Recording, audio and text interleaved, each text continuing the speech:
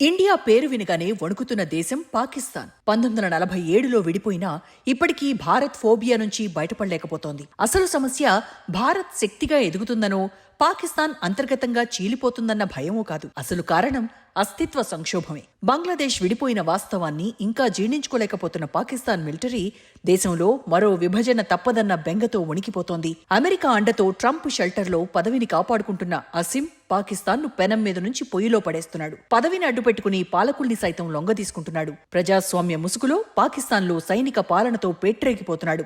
ఇండియాపై ప్రేలాపనలే తనకు శ్రీరామ రక్ష అంటూ రెచ్చిపోతున్నాడు. కట్టుకథలు, ఆణిముత్యాల్లాంటి అబద్ధాలు ప్రజల దృష్టి మరల్చే గేమ్లో భాగంగా మారాయి. పాక్ మిలిటరీ దేశం ఏర్పడిన నాటి నుంచి కట్టుకథలతో కాలం వెళ్లదీస్తోంది. ఆర్మీ చీఫ్ పదవి దాటి ఫీల్డ్ మార్షల్ హోదాకు చేరుకున్న పాకిస్తాన్ సైనికాధికారి అసీం మునీర్ తాజాగా తన మాటలతో మరో యుద్ధానికి స్వాగతం పలుకుతున్నట్టుగా కనిపిస్తోంది. అమెరికా అధ్యక్షుడు డొనాల్డ్ ట్రంప్తో భేటీ తర్వాత ఆయన ప్రవర్తనలో స్పష్టమైన మార్పు కనిపిస్తోంది. మాటలతో సరిహద్దుల్లో మంటలు పెట్టాలని, దేశంలోని ప్రజలను దేశభక్తి పేరుతో మరోసారి మిలిటరీ మాయాజాలంలో చీట్ చేయాలని చూస్తున్నాడు. ఓవైపు అణ్వాయుధాలను రక్షణగా చూపిస్తూనే మరోవైపు భారతదేశంపై కుట్రల ఆరోపణలతో చైనా, ఇరాన్ వంటి కీలక దేశాల పేర్లను ప్రస్తావిస్తున్నాడు.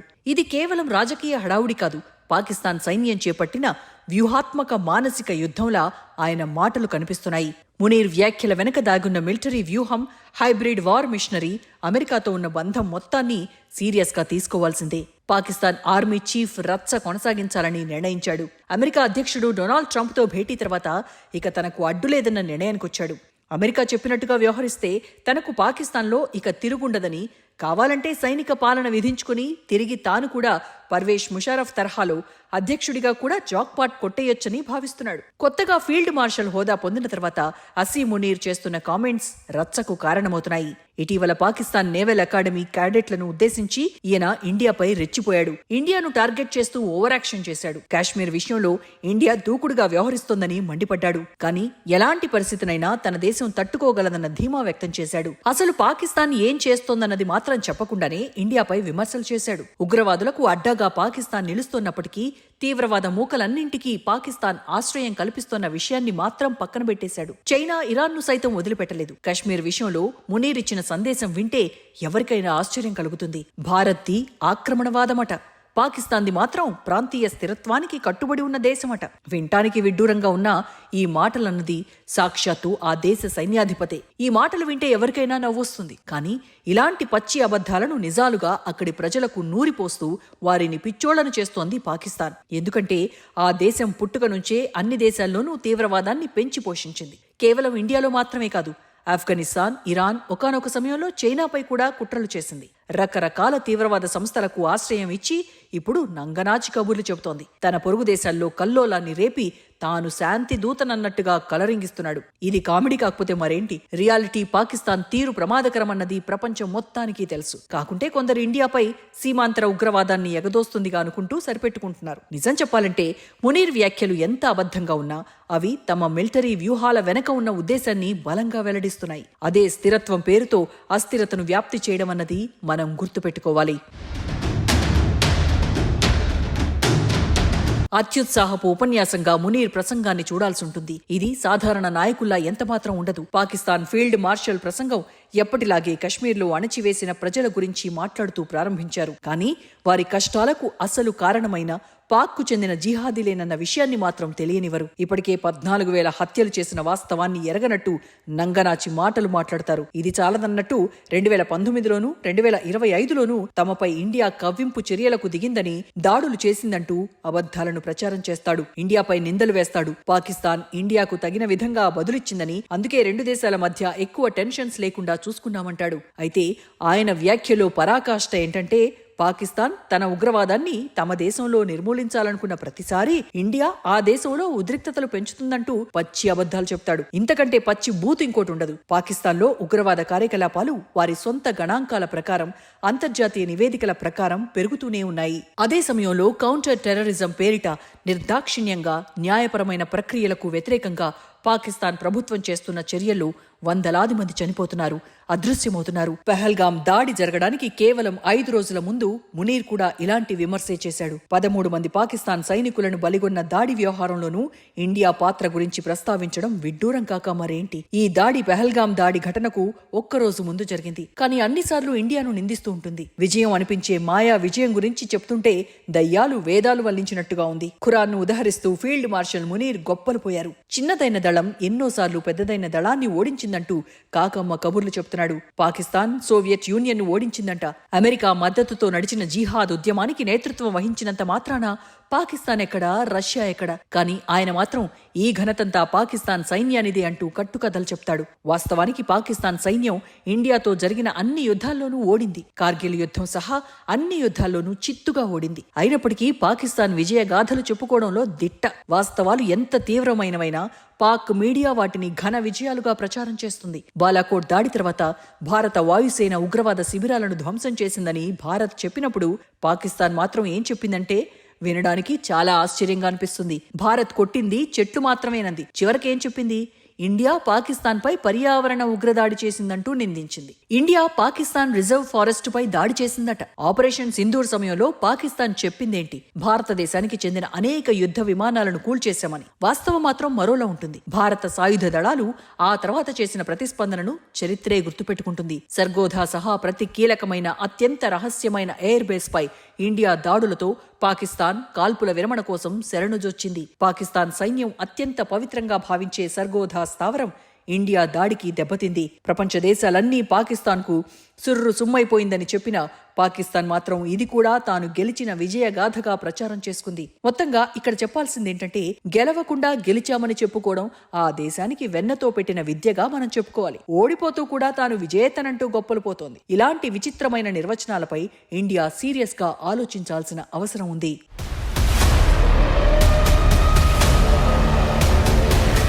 ఇక్కడ అసలైన విషయం ఒకటే. ఆపరేషన్ సింధూర్ తర్వాత మునీర్ పాకిస్తాన్ సైన్యాధిపతిని జనం ఆకాశానికెత్తేశారు. మాజీ ప్రధానిని జైలుకు పంపడం, ఐఎస్ఐ చీఫ్ ను అరెస్టు చేయించడం లాంటి వ్యవహారాల్లో కీలకంగా వ్యవహరించాడు మునీర్. వాస్తవానికి ఈ రెండూ కూడా కుట్రతో చేసిన పనులే. కానీ పాకిస్తాన్ ప్రజలు వీటితో మునీర్ కు హీరో వర్షిప్ ఇచ్చారు. యుద్ధ విరామంలో గొప్పతనము ఎక్కువ కాలం నిలబడదు. ఇజ్రాయెల్ ప్రధాని బెంజమిన్ నెతన్యాహు కూడా అదే పరిస్థితిని ఎదుర్కొంటున్నారు. పాలస్తీనా యుద్ధం ముగిసిన వెంటనే 2022లో మూసివేసిన అవినీతి కేసు తిరిగి తెరపైకొచ్చింది. ఇక మునీర్ వ్యవహారం ఇంకా విచిత్రంగా సాగుతోంది. మునీర్ అమెరికా అధ్యక్షుడు ట్రంప్ కి నోబెల్ శాంతి బహుమతి ఇవ్వాలని పిలుపునిచ్చిన కొద్ది రోజులకే ట్రంప్ ప్రభుత్వం పాకిస్తాన్ పొరుగున ఉన్న ముస్లిం దేశం ఇరాన్ పై బాంబుల వర్షం కురిపించింది. అందుకే ట్రంప్ శాంతి కాముకుడన్న వాదన అసంబద్ధమని తేలిపోయింది. ఇరాన్ పై దాడితో దేశంలో పరువు పోయింది. చివరికి అమెరికా దాడిని అధికారికంగా ఖండించేలా వెనకడుగు వేయాల్సొచ్చింది. 2 పడవల ప్రయాణం పాక్ కు సిగ్గు తెచ్చింది. కానీ సోషల్ మీడియాలో మాత్రం మునీర్ మీద పంచుల వర్షం పడింది. ఇరాన్ కు మునీర్ వెన్నుపోటు పొడిచాడంటూ అక్కడ కామెంట్స్ మోతమోగింది. నెటిజన్లు ఆర్మీ చీఫ్ మునీర్ ను అవమానకరంగా ట్రోల్ చేశారు. ట్రంప్ ఇరాన్ పై దాడి చేస్తుంటే ఏం పీకారంటూ రెచ్చిపోయారు. ఇక ఇప్పుడు పాకిస్తాన్ ఆర్మీ చీఫ్ మునీర్ ఆ దేశంలోనే నెంబర్ 1 స్థానంలో ఉన్న నేత. అందుకే ఆయన దేశ ప్రధానిని డిన్నర్ కు పిలవకుండా ఆర్మీ చీఫ్ ను ఆహ్వానించాడు అమెరికా అధ్యక్షుడు. సామాన్యంగా ఎవరికి అనుమానం రాకుండా వ్యవహరించాడు అమెరికా అధ్యక్షుడు ట్రంప్. ఇరాన్ పై ఉన్న ఇంటెలిజెన్స్ ఆధారంగా పాకిస్తాన్ ను అవసరానికి ఉపయోగించుకోవాలనుకున్నాడు. ఇరాన్ సమాచారాన్ని అమెరికాకు అందించడంలో ఆ దేశానికి విశేష అనుభవం ఉంది. ఇరాన్ అణు లక్ష్యాలు ఇంకా ముందుకు సాగుతున్నాయా లేదా అన్నది ఎవరికీ ఖచ్చితంగా తెలియని సమయం ఇది. ఈ సమయంలో పాకిస్తాన్ ఇంటెలిజెన్స్ ను అమెరికాకు షేర్ చేసి ఇరాన్ ను దెబ్బకొట్టాలనుకుంది. అమెరికా సెంట్రల్ కమాండ్ ప్రాంతీయంగా ఎక్కడ పనిచేస్తుందో గుర్తించడానికి ఇవి దోహదపడతాయి. ఇంకా ఈ యుగంలో వారసత్వంగా వస్తున్న బేసులు అంటే స్థావరాలు కూడా అవసరం లేదు. డ్రోన్ల ద్వారా సుదూర దాడులు చేసే పరిస్థితి వచ్చేసింది. చిన్న స్పెషల్ ఫోర్సెస్ దళాలు నేరుగా ఎయిర్ స్పేస్ లో వ్యూహాత్మక యుద్ధాలు చేస్తున్నాయి. భారతదేశం కోణంలో చూసుకుంటే ముఖ్యమైన విషయం ఒక్కటే. అమెరికా దళాలు పాకిస్తాన్ భూమిపై ఉన్నంత వరకు మరో ఉగ్రదాడికి ప్రతీకారంగా భారత్ తక్షణ దాడికి దిగటం కష్టం. అందుకే మునీర్ ఇలాంటి చెత్త ప్లాన్లు వేస్తున్నట్టు తెలుస్తోంది. పాకిస్తాన్ తన భద్రతా వైఫల్యాలను అమెరికా ఆధారంగా కప్పిపుచ్చుకునే ప్రయత్నం చేస్తోంది. ఇక ఇప్పుడు పాకిస్తాన్ ఆర్మీ చీఫ్ మునీర్ అనుచరులు చేసే ప్రబంధానికి దృష్టి సారిద్దాం. ఓ ప్రఖ్యాత జర్నలిస్ట్ తాజాగా ఓ సంచలన వ్యాఖ్య చేశారు. భారత్, ఇజ్రాయెల్ కలిసి పాకిస్తాన్ అణ్వస్త్ర కేంద్రాలపై దాడి చేసే రహస్య యోచనలో ఉన్నాయని. ఆయన జూన్ 18న ఇజ్రాయెల్ కు చెందిన జెరూసలం హెబ్రూ యూనివర్సిటీలో జియోపాలిటిక్స్ డైరెక్టర్ ప్రొఫెసర్ మేయర్ మాస్రీ చేసిన ట్వీట్ ను ఉదహరిస్తున్నారు. ఇరాన్ పై దాడుల తర్వాత పాకిస్తాన్ అణు కార్యక్రమాన్ని నిర్వీర్యం చేయాలని ఇజ్రాయెల్ భావిస్తోందట. అంతేకాదు మరికొంతమంది అకాడమికుల అభిప్రాయాలు భారతీయ సోషల్ మీడియా ఖాతాల్లో వచ్చిన కొన్ని పోస్టులు కూడా తీసుకొస్తున్నారు. ఇదే మర్చిపోయే రేంజ్లో ఉండే వ్యవహారం అయితే ఆపరేషన్ సింధూర్ 2 అనే పేరుతో ఈ కథనాన్ని గట్టిగా ప్రొజెక్ట్ చేస్తున్నారు. వేరే సందర్భంలో అయితే ఈ ప్రచారాన్ని ఆకర్షణ కోసం తయారు చేసిన ఫేక్ వార్త అని కొట్టిపారేసేవాళ్ళం. కానీ ప్రస్తుతం పాకిస్తాన్ ప్రభుత్వం ఈ విషయాన్ని నిజమని భావిస్తున్నట్టుగా ఉంది. ఎందుకంటే పాకిస్తాన్ చాలా కాలంగా ఓ ఆరోపణ చేస్తోంది. భారత్ ముందుగా తానే ఉగ్రవాద దాడి చేసుకున్నట్టు డ్రామా చేసి దానికి ప్రతీకారంగా యుద్ధానికి దిగుతుందని మళ్లీ ఇప్పుడు అదే స్టోరీని చెబుతోంది. ఇండియాలో దాడి చేసుకుని పాకిస్తాన్పై యుద్ధం చేసి ఇండియా గెలవాలని చూస్తోందని అక్కడి ప్రజలకు పాకిస్తాన్ ఏళ్ల తరబడిగా చెబుతోంది. ఈ వాదనను రక్షణ శాఖ మంత్రి ఖాజా ఆసిఫ్ లాంటి వ్యక్తులు తెగ ప్రచారం చేస్తున్నారు. మిగతా రాజకీయ నాయకులు కూడా అవే మాటల తూటాలు పేలుస్తున్నారు.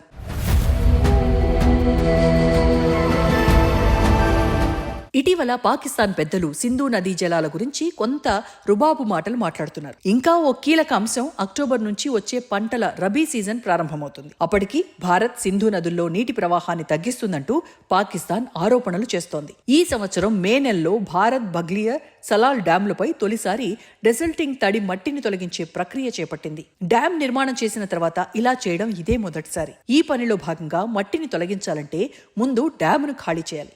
అంటే పైన ఉన్న మట్టి నీటిలోకి వెళ్లిపోతుంది. తర్వాత మళ్లీ నీటిని నిల్వ చేయాలి. ఇది మొత్తం నెల రోజులు పడుతుంది. పాకిస్తాన్లోని Indus river systems authority IRSA ఓ ప్రకటనలో నీటి విడుదల తగ్గిపోవడంతో ఖరీఫ్ పంటలకు నీరు తగ్గిందని పేర్కొన్నా ఇది మొత్తం నీటి లభ్యత తగ్గిన ఫలితంగా జరిగిందంటోంది. అయితే ఇదంతా భారత్ నీటికి అడ్డు తగులుతుందనే ఆరోపణలు చేసే వారికి అవకాశం ఇస్తోంది. మరోవైపు పాకిస్తాన్ ఆర్మీ ఇప్పటికే అన్ని వ్యవస్థల్ని కంట్రోల్ చేస్తోంది. పాకిస్తాన్ ప్రభుత్వాన్ని ఇప్పటికే అక్కడి సైన్యం ఆధీనంలోకి తీసుకుంది. పేరుకు మాత్రమే ప్రభుత్వం. ఇందులో బిలావల్ భుట్టో వంటి నాయకులు సింధు జలాలను ఆపితే యుద్ధం చేస్తామంటూ హెచ్చరిస్తున్నారు. ఇక మరో కీలక విషయం, అమెరికా అధ్యక్షుడు డొనాల్డ్ ట్రంప్ త్వరలో భారత్ వస్తున్నారు. క్వాడ్ శిఖరాగ్ర సమావేశంలో పాల్గొనడానికి రానున్నారు. గతంలో జరిగిన అనుభవాల ఆధారంగా ఇలాంటి సందర్భాల్లో ఉగ్రదాడుల అవకాశాన్ని కొట్టిపారేయలేం. ఇటీవలి పహల్గాం దాడి కూడా అమెరికా ఉపాధ్యక్షుడు JD వాన్స్ భారత్లో ఉన్న సమయంలో జరిగింది. ట్రంప్ కి మధ్యవర్తిత్వం చేయాలనే కోరిక ఉన్నందున ఇలాంటి దాడులు జరిగితే అదే సమయంలో చర్చలకు తెరలేపే అవకాశాన్ని